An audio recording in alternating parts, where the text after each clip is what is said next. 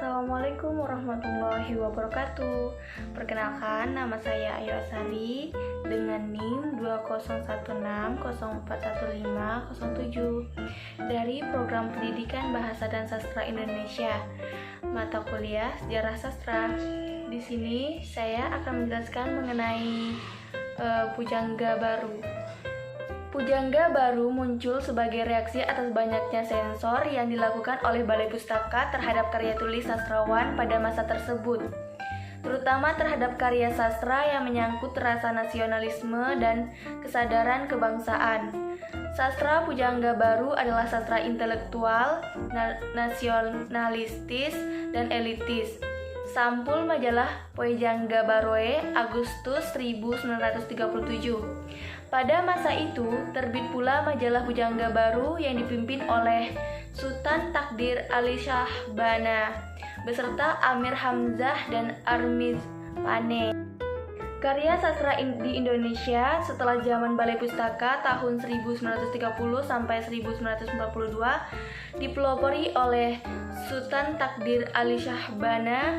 Karyanya Layar Terkembang menjadi salah satu novel yang sering diulas oleh para kritikus sastrawan Indonesia.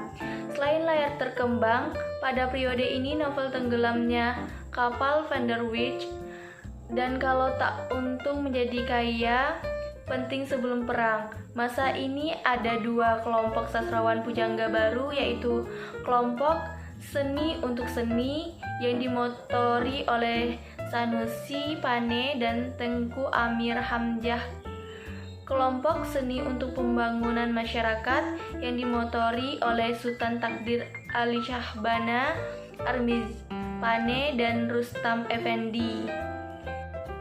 Adapun beberapa penulis dan karya sastra pujangga baru. Yang pertama ada Sultan Takdir Ali Shahbana. Di sini ada 4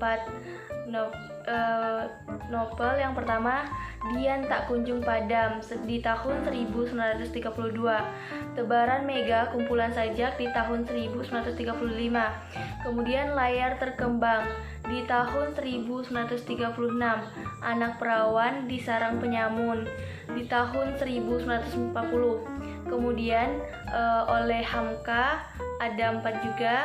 Yang pertama, Di Bawah Lindungan Ka'bah di tahun 1938, Tenggelamnya Kapal Van der Wijk di tahun 1939, Tuan Direktur di tahun 1950, Di Dalam Lembah Kehidupan di tahun 1940, kemudian oleh Armiz Pane, Belenggu di tahun 1940, Jiwa Berjiwa Gemelan Jiwa Kumpulan Sajak di tahun 1960, Jinak Jinak Merpati Sandiwara di tahun 1950, Kisah Antara Manusia Kumpulan Cerpen di tahun 1953, Habis Gelap Terbitlah Terang terjemahan surat R.A. Kartini di tahun 1945.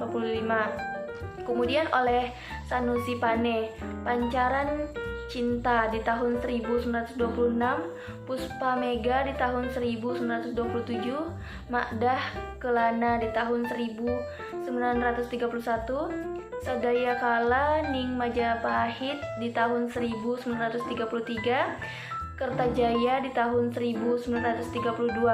Kemudian oleh Tengku Amir, Hamzah Nyanyi Sunyi di tahun 1937, Begawat Gita di tahun 1933, Setanggi Timur di tahun 1939.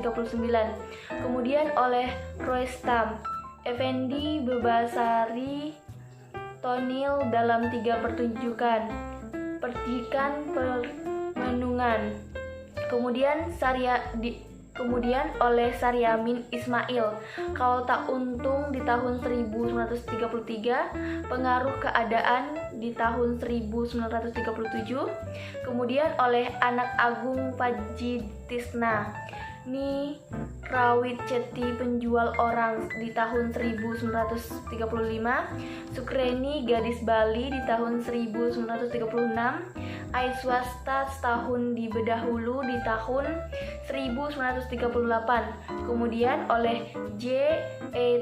Tatengkeng, ada 3 novel. Yang pertama Rindoy Dendam 1934, Fatimah Hasan Delais, kemudian Kehilangan Mestika di tahun 1935. Kemudian oleh Said Daeng Muntu.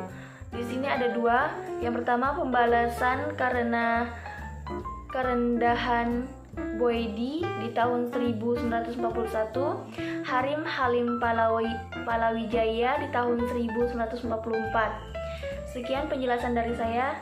Terima kasih.